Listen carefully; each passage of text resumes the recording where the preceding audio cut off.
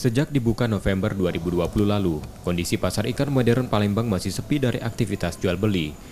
Dari total 154 kios di PIM Palembang, hanya beberapa kios yang terisi.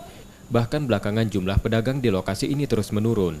Pemerintah Kota Palembang sebagai pengelola pasar ikan modern mengakui, sedikitnya pedagang yang menempati kios akibat minimnya pembeli.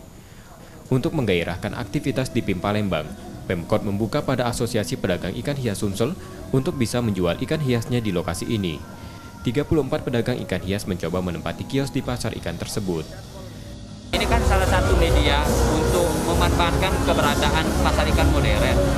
Maka dari itu Pasar Alok sudah harus mulai memikirkan lahannya cukup luas, 9.000 meter persegi itu dengan 2 lantai itu kan cukup signifikan untuk menarik para pedagang. Saya katakan tadi tidak hanya pemahamannya terhadap ikan, tetapi bagaimana membuat anak-anak muda di era sekarang biar tertarik datang ke sini.